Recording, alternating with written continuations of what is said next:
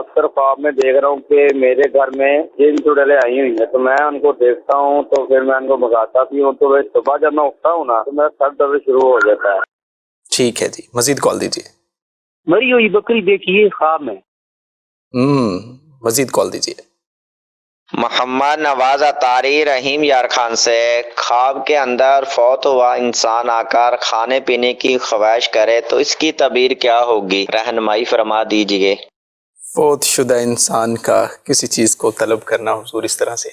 انہی کے سوال سے ہی جواب کا سلسلہ کرتے ہیں جی۔ دیکھیے کھانا تو ہم نہیں پہنچا سکتے، اس کی یہ تمنا تو پوری نہیں ہو سکتی، البتہ کچھ پکا کر غریبوں میں تقسیم کر کے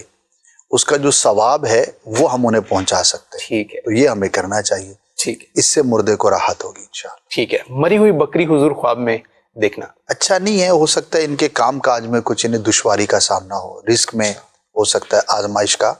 سامنا ہو، تو اللہ پاک کی بارگاہ میں دعا کرے، صدقہ کرے، اور جو بھی کام کرتے ہیں اسے مزید بہتر اور اچھے انداز پر کرنے کی کوشش کرے۔ بھوت بنگلے اس طرح عجیب و غریب ایک انوائرمنٹ یہ دیکھنا اس کا اچھا نہیں ہوتا، یہ یا تو انسان کی اپنی ذہنی پریشانی ہوتی ہے، اچھا الجھا ہوا ہے، منتشر ہے، پریشان ہے،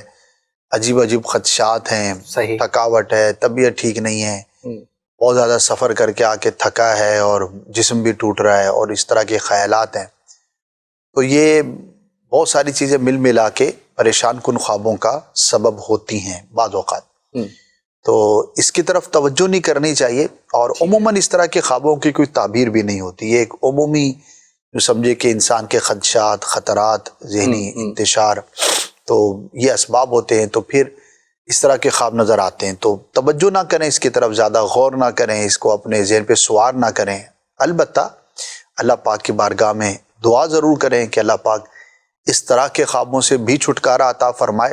اور اگر اس کی کوئی بری تاثیر، برا انجام، بری تعویل ہو تو اللہ پاک آپ کو اسے محفوظ فرمائے۔ ایک وظیفہ عرض کر دیتا ہوں، اس طرح کے خواب بکثرت نظر آتے ہوں، یا قتل ہوتا دیکھتا ہے، لڑائی جھگڑے دیکھتا ہے، ہمیشہ ایکسیڈنٹس ہی دیکھتا ہے، ڈراؤنے خواب دیکھتا ہے، بھٹک گیا ہے، الجھ گیا ہے، پریشان ہو گیا، اس طرح کے جو لوگوں کے ساتھ مسائل ہوتے ہیں، تو اس کا ایک بڑا ہی پیارا وظیفہ ہے، اللہ پاک کے نام کا وظیفہ ہے، سونے سے پہلے 21 ٹائمز 21 بار اس کو اول آخر 3 بار درود پاک کے ساتھ اگر کوئی پڑھ لے گا تو انشاءاللہ عز و جل اس کے خوابوں کا یہ جو معاملہ ہے، پریشان کن خوابوں کا، وہ رک جائے گا۔ یا متکبرو یہ وظیفہ ہے، اسے آپ یاد کر لیں اور 21 مرتبہ سونے سے پہلے آپ نے پڑھنا ہے، اور کوشش کریں کہ اس کے بعد کوئی دنیاوی بات نہ ہو، کوئی فضول بات نہ ہو، وظائف وغیرہ کرنے ہیں، کوئی نیکی کی دعوت یا کوئی اچھی بات کا سلسلہ ہے تو وہ اپنی جگہ پہ، لیکن